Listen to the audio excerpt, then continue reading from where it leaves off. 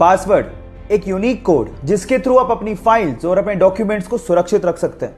ऐसे में आइडियली सबके पासवर्ड अलग अलग होने चाहिए, लेकिन रिसर्च के अनुसार पता लगा है कि इस दुनिया में लगभग 2 करोड़ से अधिक लोगों का सेम ही पासवर्ड है और वो पासवर्ड है 1 2 3 4 5 6। और रिसर्च से यह भी पता लगा है कि बहुत सारी हिदायतों और कोशिशों के बावजूद भी लोग आसान पासवर्ड रखते हैं और साइबर हमले का शिकार हो जाते हैं। क्या आप लोगों ने भी कभी किसी जगह पे 1 2 3 4 5 6 या ऐसा ही कोई आसान पासवर्ड यूज किया है? तो चैट सेक्शन में लिखना मत भूलिएगा। एक छोटा सा बच्चा मार्वल सुपर हीरोज का फैन था, लेकिन उसके साथ प्रॉब्लम यह थी कि उसका एक कान खराब था, उसे अच्छे से सुनाई नहीं देता था। तो डॉक्टर्स ने उसे हियरिंग एड यानी कि सुनने की मशीन पहनने को कहा, लेकिन उस बच्चे ने मना कर दिया। जब कारण पूछा तो उसने कहा कि सुपर हीरोज हियरिंग एड नहीं पहनते, कूल नहीं लगता, इसलिए मैं भी नहीं पहनूंगा। जब ये बात मार्वल को पता लगी तो स्पेशली उस बच्चे के लिए मार्वल ने एक ऐसा सुपर हीरो डिजाइन किया जिसका खुद का भी कान खराब था और वो हियरिंग एड पहनता था।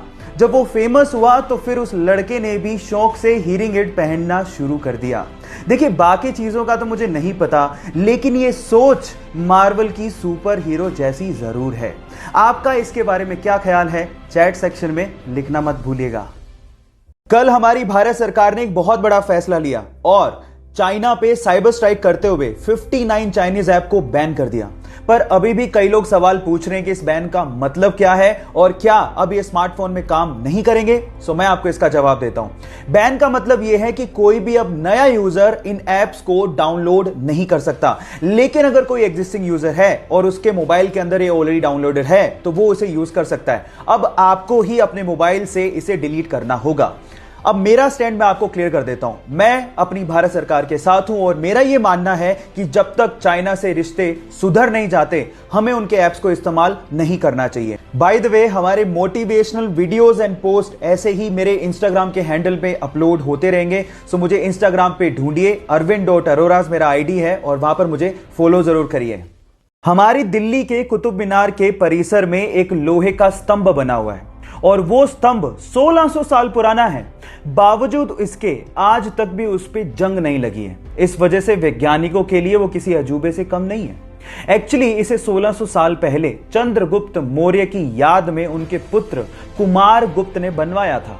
सन 1998 में आईआईटी कानपुर के एक प्रोफेसर ने इसके कारणों का पता लगाने की कोशिश करी और बताया कि इसे पिघले हुए आयरन यानी कि पिग आयरन में फोस्फोरस को डाल के बनाया गया था, जिसकी वजह से इस पे आज तक जंग नहीं लगी है। अब इससे पता लगता है कि प्राचीन काल में भी भारत के पास धातु विज्ञान की बहुत ज्यादा समझ थी। क्या इसके पहले तक के फैक्ट आप जानते थे? और अगर नहीं जानते थे तो चैट सेक्शन में लिखना मत भूलिएगा।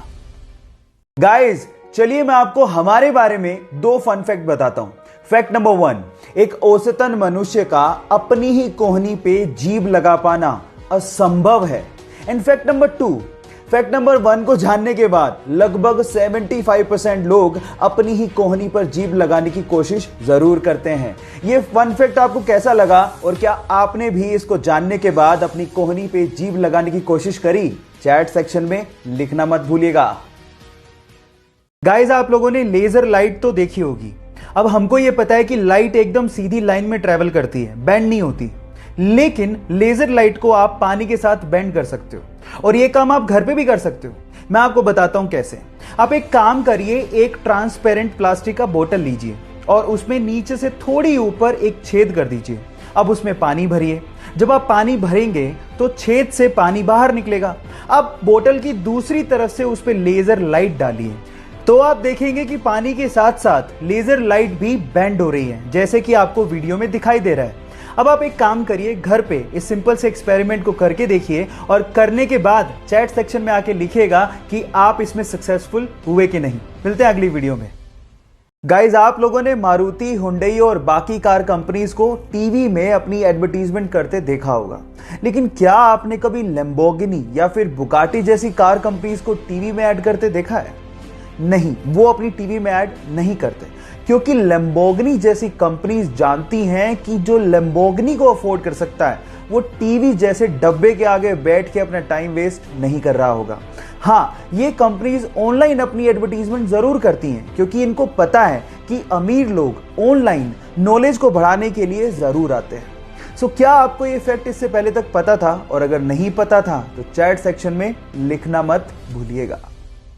साउथ की एक फेमस एक्ट्रेस को एक बहुत बड़ी ब्यूटी क्रीम बनाने वाली कंपनी ने अप्रोच किया और उनके क्रीम के प्रचार के लिए करोड़ों रुपए का ऑफर दिया।